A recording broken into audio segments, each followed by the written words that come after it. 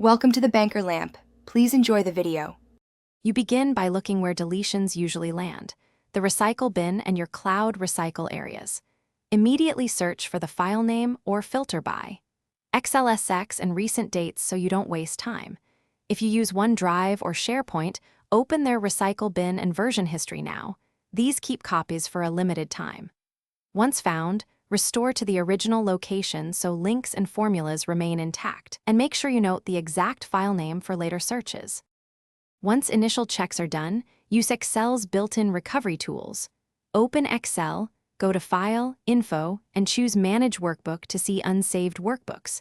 Recover the most recent Auto Recover file if present. You should also verify the Auto Recover folder path under File Options, Save, and inspect that directory in File Explorer. If the file lived on a synced folder, use File Properties Previous Versions or SharePoint OneDrive version history. After restoring, immediately save the workbook with a new name and place a backup copy in a different location so you don't repeat the loss. Make sure autosave is enabled for cloud files and auto recover intervals are short. Also enable file history or scheduled backups. If the restored file opens corrupted, try Excel's Open and Repair, Open in Safe Mode, or import sheets into a fresh workbook to salvage data. If those fail, consider reputable recovery software as a last resort.